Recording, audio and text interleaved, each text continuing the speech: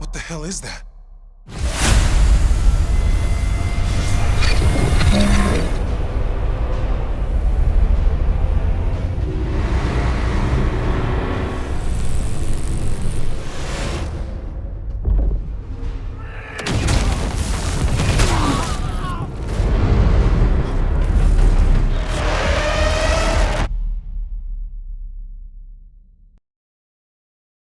Film diawali dengan memperlihatkan sekelompok pasukan Angkatan Darat Amerika Serikat yang sedang berpatroli di zona merah wilayah konflik, di mana di tengah perjalanan, salah satu kendaraan mereka mogok di tengah jalan korban oli palsu. Untungnya, tim pusat segera mengirim bala bantuan untuk membenakkan kendaraan tersebut.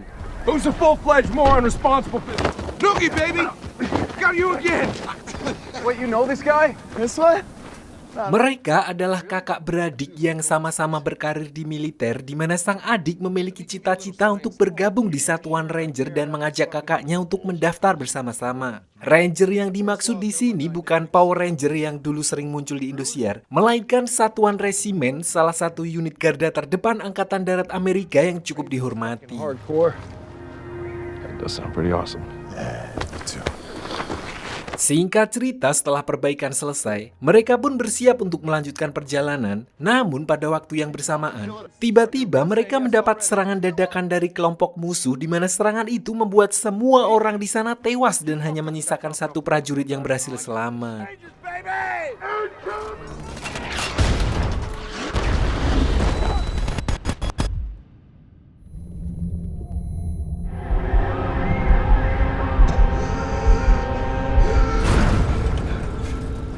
Singkat cerita, 2 tahun kemudian, diperlihatkan rombongan bus yang membawa para pasukan Angkatan Darat Amerika untuk mengikuti pelatihan seleksi Ranger, dan sesampainya di lokasi, mereka langsung diberi nomor masing-masing sebagai identitas selama masa pelatihan, dan salah satunya adalah satu-satunya prajurit yang bertahan hidup di awal film, di mana dia mendapat nomor 81 dan biar resep bahasa Inggrisnya, kita panggil saja dia 81.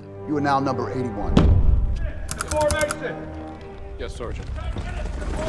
Sampai di sini, meskipun dari luar terlihat baik-baik saja, 81 sebenarnya masih dihantui masa lalu. Bahkan dia harus mengkonsumsi obat tidur agar bisa beristirahat karena bayangan kelam dan rasa trauma dari peristiwa yang menewaskan adiknya terus menghantuinya. Dan faktanya, alasan 81 mengikuti pelatihan ini sebenarnya adalah untuk mewujudkan mimpi besar adiknya yang dulu ingin menjadi seorang Ranger.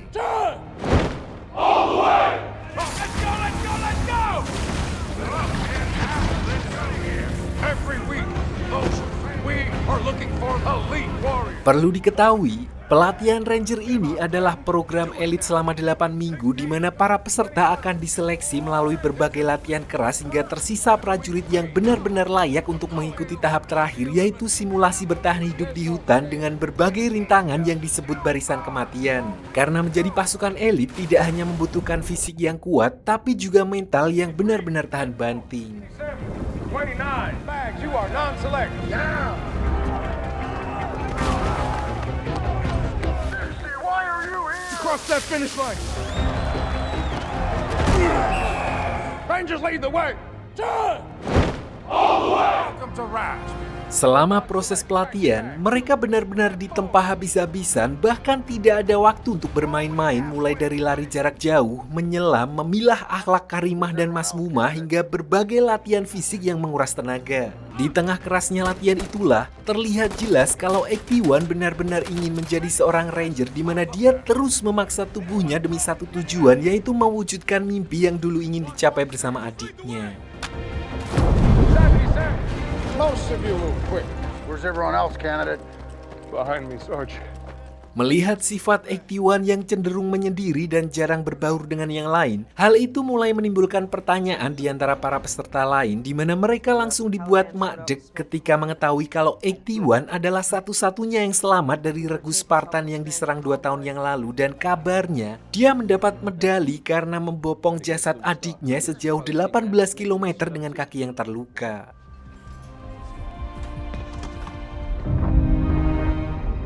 I got you. Holy shit, that's him. Pada waktu yang bersamaan, televisi di ruangan itu menayangkan berita dari NASA yang mendeteksi adanya benda misterius jatuh dari langit. Namun sampai di sini, belum ada konfirmasi pasti apa sebenarnya benda tersebut. Let me guess, you probably think NASA's making that shit up too. Singkat cerita, sampai pada suatu latihan yang mengharuskan para kandidat berjalan di bawah air, 81 terlalu memaksakan dirinya sehingga dia justru kolaps, di mana kejadian itu sempat membuat sersan pelatih merasa kasihan dan berniat memulangkan 81 lebih awal karena kondisi mentalnya dianggap belum sepenuhnya pulih sejak tragedi yang menewaskan adiknya 2 tahun yang lalu. Namun melihat tekadnya yang begitu kuat dan sikapnya yang tidak pernah menyerah, instrukturnya pun tidak bisa melakukan apapun mengingat 81 tidak pernah gagal dalam satu bidang ujian pun. It's a voluntary quit slip.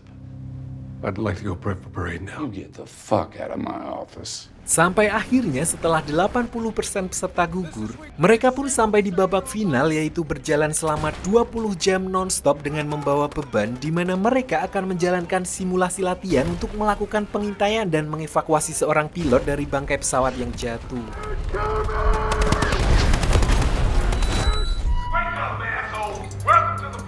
Sebagai bagian dari latihan, mereka juga dibekali senjata tanpa peluru dan alat komunikasi radio untuk melaporkan situasi di lapangan. Nah, dalam misi ini, para instruktur mengetes 81 untuk menjadi tim leader dari kelompok latihan tersebut. You will bring the pilot back to base camp and cross that finish line by 1900. Welcome to Death March. Ghost 1, Ghost 2, you are cleared hot for departure. 2, leveling at 150 feet.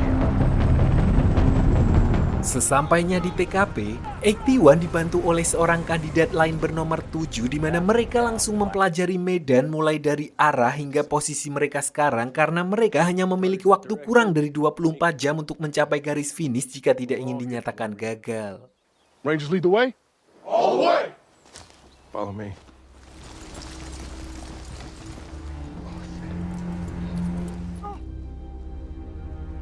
Malam harinya, misi mereka masih lancar sesuai rencana dan memberi kabar ke pusat melalui radio seperti biasa. Oleh karena itu, mereka memutuskan beristirahat 30 menit untuk mengeluk boyok sebelum melanjutkan misi. Namun belum sampai 5 menit beristirahat, tiba-tiba... Seriously, what the fuck was that? Cadre probably clocked us sleeping. We're moving out. Keesokan harinya saat mereka sudah sampai di lokasi tempat pesawat jatuh, mereka dibuat heran dengan upaya para pelatih yang menggunakan pesawat yang terlihat canggih hanya untuk latihan. Namun di sini keanehan mulai terjadi ketika mereka tiba-tiba kehilangan kontak dengan pusat. Bahkan radio mereka hanya menangkap suara aneh dari arah pos pengawasan. Tidak hanya itu, kompas yang mereka bawa juga mendadak mobat-mabit tidak menentu. Meskipun begitu, mereka mengira kalau semua itu merupakan bagian dari ujian yang disiapkan oleh sersan pelatih sehingga mereka pun tetap fokus melanjutkan misi sebelum waktunya habis. So what should we do? Let's cross that finish line and let's get these scrolls together, all right? Keep your eyes open. We could be ambushed by Cadre any minute.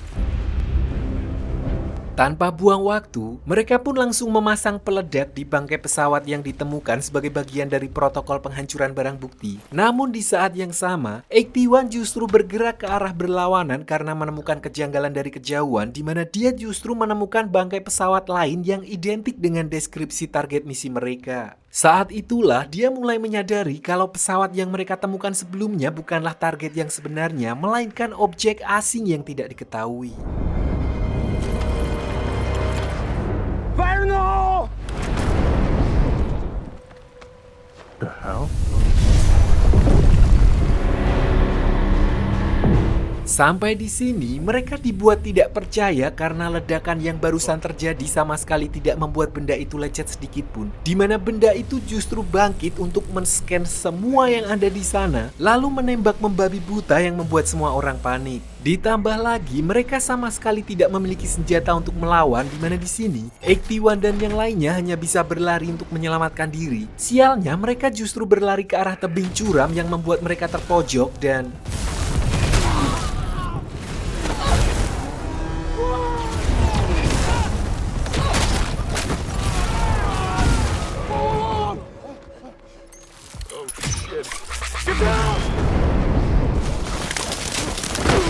Pada momen ini, 81 kembali teringat dengan peristiwa kelam yang menewaskan adiknya dan teman-temannya. Namun dia tetap berusaha tenang dan mencoba mengevakuasi teman-temannya yang terluka. Tidak hanya itu, dalam situasi tersebut, dia juga bisa berpikir sangat cekatan dengan mengambil alat komunikasi radio dengan harapan bisa meminta bantuan ke pusat. Namun sayangnya, alat komunikasi yang dibawa sudah rusak akibat serangan brutal sebelumnya. Saat itulah dia secara tidak sengaja melihat robot sebelumnya yang masih berkeliaran dan menyerang di sekitar area tersebut. Menyadari bahaya itu, 81 pun bergegas kembali dan menyuruh yang lainnya untuk segera kabur dari sana dengan menuruni tebing.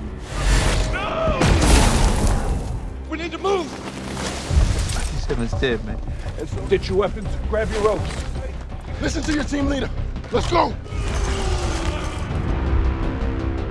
Sialnya, belum sempat pergi dari tempat tersebut, kompas yang dibawa 81 kembali bergerak mobat-mabit seolah menandakan benda asing berada di sekitar, dan benar saja tidak berselang lama, robot itu kembali muncul dan langsung menyerang. Selain dilengkapi tembakan yang mematikan, robot itu juga memiliki bola-bola meriam yang bisa meledak kapan saja, di mana hal itu kembali membuat 81 dan yang lainnya kelabakan karena mereka sama sekali tidak memiliki senjata untuk melawan dan satu-satunya pilihan hanya melarikan diri.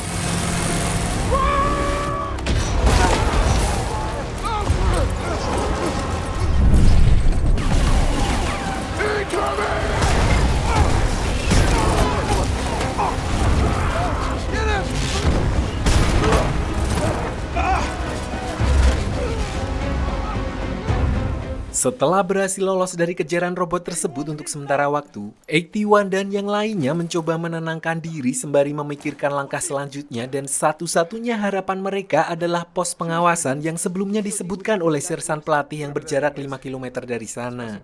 Karena nggak ada pilihan lain, sementara pos pengawasan tersebut adalah bantuan terdekat, mereka pun akhirnya memutuskan bergerak ke arah pos tersebut dengan mengerek salah satu rekan mereka yang terluka menyeberangi sungai. It's too dangerous to cross here. Namun sebelum itu, salah satu dari mereka harus berenang melewati arus sungai yang deras, di mana 81 langsung berinisiatif melakukannya. Sebagai sosok paling senior sekaligus yang memiliki kekuatan fisik yang paling unggul di antara rekrutan lain, 81 akhirnya berhasil menyeberangi sungai tersebut dan langsung membuat tali agar rekan-rekannya bisa segera lewat. Wait, he's out! He's out! He made it!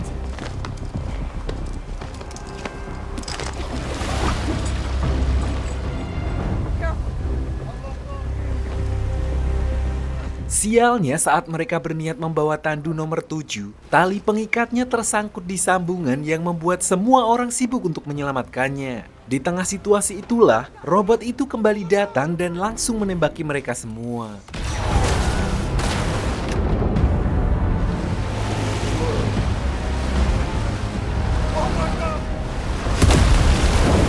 Untungnya karena jatuh ke sungai, mereka jadi punya kesempatan untuk menyelamatkan diri dengan sembunyi di bawah air. Meskipun itu artinya mereka juga harus pasrah terbawa arus sampai akhirnya mereka terjatuh ke bawah air terjun.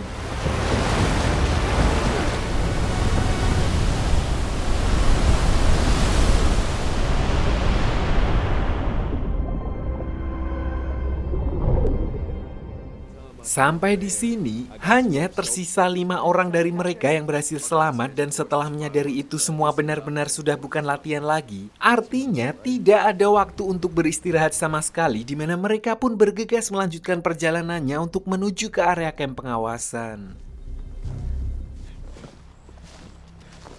Namun begitu sampai di sana, mereka dibuat terkejut karena tempat itu ternyata juga ikut diserang. Selain itu, alat komunikasi jarak jauh yang ada di tempat itu juga ikut rusak. Artinya saat ini mereka benar-benar harus bertahan sendiri dan mencari cara untuk keluar dari tempat tersebut. They didn't leave us.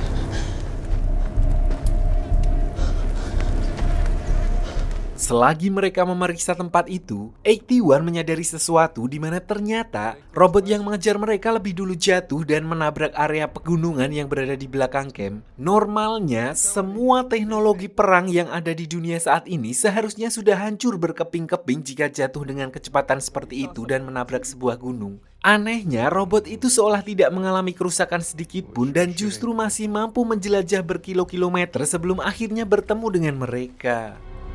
Well, it sure as shit ain't from this one. Disinilah mereka akhirnya sadar kalau yang sedang mereka hadapi adalah teknologi dari planet lain, karena sebelumnya beberapa berita di TV juga menyiarkan tentang asteroid yang akan menabrak bumi. Dengan begitu, Ektiwan kemudian meminta rekan-rekannya untuk bergegas mempersiapkan mobil rantis yang ada di sana agar mereka semua bisa segera kembali ke markas dan melapor mengenai kejadian tersebut. Let's get that ASV on the ground. Sempat terjadi cekcok di antara mereka saat salah satu rekannya menganggap kalau Ektiwan sangat tidak berperi kemanusiaan karena dia sama sekali tidak memberikan sedikit pun waktu bagi rekan-rekannya yang sedang kebingungan untuk memproses apa yang baru saja mereka alami. Orang itu menganggap kalau Ektiwan yang disebut sebagai pahlawan dengan medali khusus dari kesatuannya mungkin sudah bermental baja dan tidak semua orang bisa mengikutinya. Padahal faktanya tidak seperti yang diceritakan dan dia masih menyalahkan dirinya sendiri atas kematian adiknya. Not a hero. I never made it back to base. Because I couldn't get him across the line. Meskipun sempat terpancing emosi, namun dia sendiri juga sadar kalau rekan-rekannya memang masih dalam keadaan terguncang. Karena itu, dia lalu berusaha memberi pengertian kalau saat ini sudah bukan diri mereka sendiri yang harus dipikirkan, karena akan sangat berbahaya jika robot itu sampai di wilayah pemukiman. Itulah mengapa mereka harus segera kembali ke markas agar bisa memperingatkan seluruh dunia mengenai ancaman yang sedang terjadi. And warning everybody that thing's coming. Sampai di sini, rekan-rekannya akhirnya mengerti alasan kenapa Ektiwan sampai sekeras itu kepada dirinya sendiri dan mulai respect kepadanya. Mereka pun langsung mengikuti arahan Ektiwan dan mulai memperbaiki mobil tersebut sampai akhirnya berhasil dinyalakan dan dikeluarkan dari reruntuhan.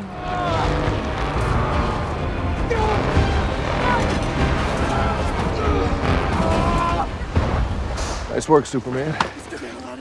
Sialnya di saat yang bersamaan, robot yang mengejar mereka juga telah sampai di tempat itu di mana alih-alih langsung tancap gas. Salah satu dari mereka justru memutuskan untuk mencari beberapa amunisi yang tersisa di reruntuhan dan yang terjadi adalah orang itu pun tewas seketika sebelum sempat masuk ke dalam mobil. Sampai di sini sambil berusaha kabur, mereka juga mulai menembaki robot itu dengan peluru yang sebelumnya mereka dapatkan. Namun tidak ada satupun dari tembakan itu yang dapat menggores robot tersebut. Justru dengan serangan bom yang tidak ada habisnya dari robot itu, mobil mereka sendirilah yang mulai hancur. Untungnya pergerakan robot itu agak lambat sehingga meskipun sambil terseok-seok, mereka mulai bisa menjauh dan menuruni wilayah bukit untuk menghilangkan jejak.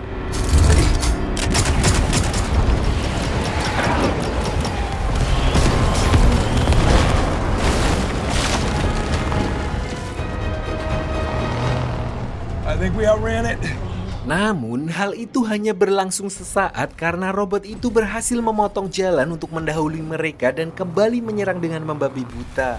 Mereka pun berusaha keras menyerang balik dan mencari titik lemah robot tersebut. Namun, semua usaha itu tetap sia-sia ditambah lagi dengan kerusakan mobil mereka yang semakin parah hingga membuat satu persatu dari mereka terkena tembakan.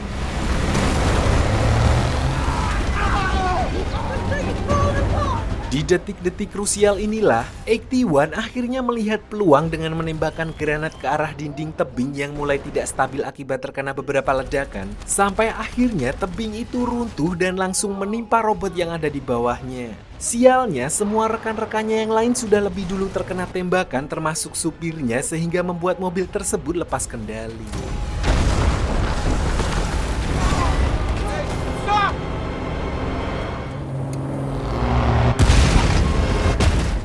Begitu tersadar, Ektiwan kemudian langsung memeriksa tempat tersebut dan mencari sisa-sisa robot yang awalnya dia kira sudah hancur tertimpa tebing. Namun ternyata dia salah karena dari kejauhan, dia melihat robot itu masih aktif dengan hanya mengalami sedikit kerusakan dan terlihat seperti sedang mengirimkan sinyal komunikasi ke langit. Di saat yang sama, dia melihat nomor 7 yang ternyata masih hidup setelah terlempar dari mobil. So tanpa pikir panjang, dia pun bergegas menyeretnya pergi menjauh dari tempat tersebut sebelum robot itu kembali menyadari keberadaan mereka.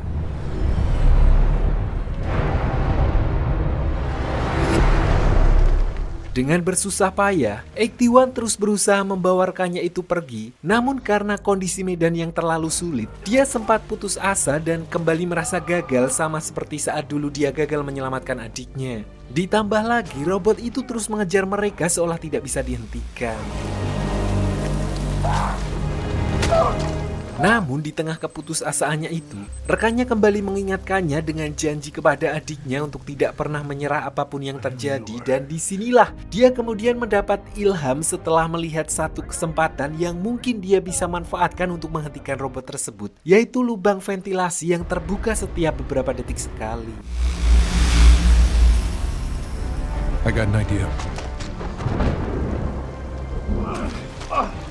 Can you wait here for me? Tanpa membuang waktu, dia pun bergegas pergi ke area tambang yang berada tidak jauh dari sana untuk menyiapkan beberapa jebakan dan memancing robot itu agar mengikuti jejaknya. Lalu setelah robot itu muncul di titik yang sudah ditandai, dia langsung meledakkan dinamit hingga membuat robot itu terperosok ke dalam area tambang.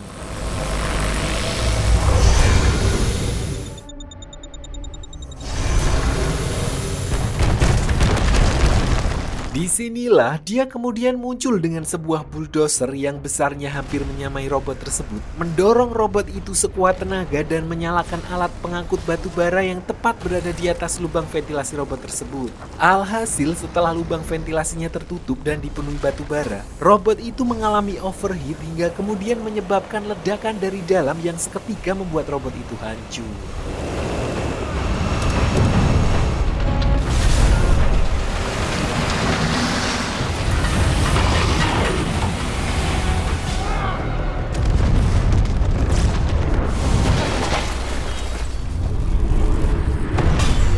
Singkat cerita, setelah berjuang mati-matian, 81 akhirnya berhasil membawa rekannya kembali ke markas dengan selamat. Namun di sana, keadaannya ternyata sudah di luar kendali karena robot yang menyerang mereka tidak cuma satu, melainkan ada ribuan robot lain yang tersebar di berbagai tempat. Reach us sooner. Countless parts NASA believed to be an asteroid. Preparing for a global invasion. Komandan yang mengambil alih tempat itu kemudian memberitahukan kalau saat ini mereka sudah berhasil mengatasi serangan gelombang pertama dan sedang mengantisipasi serangan gelombang selanjutnya. Meskipun pasukan dari seluruh dunia sudah berkumpul untuk menggabungkan kekuatan, namun dia tidak tahu sampai kapan mereka bisa bertahan karena untuk menjatuhkan satu robot saja, mereka harus menggunakan begitu banyak senjata. Komandan itu lalu menanyakan bagaimana cara 81 mengalahkan robot tersebut seorang diri tanpa senjata. Dan ternyata caranya cukup sederhana, yaitu dengan menutup lubang ventilasi yang berada di atas benda tersebut karena prinsipnya secanggih apapun mesin pasti mempunyai batas. So dengan informasi tersebut, komandan yakin kalau mereka bisa mengubah jalannya pertempuran dan menyelamatkan banyak nyawa. Intel's gonna save a lot of lives. Torres, you heard the man. Let's saddle up. Akhirnya sejak saat itu, dia secara resmi diterima bergabung menjadi seorang ranger dan langsung diterjunkan di garda terdepan dalam misi melindungi bumi dari serangan robot alien. Dan film pun berakhir. But maybe even scared. We don't back down, don't fucking quit.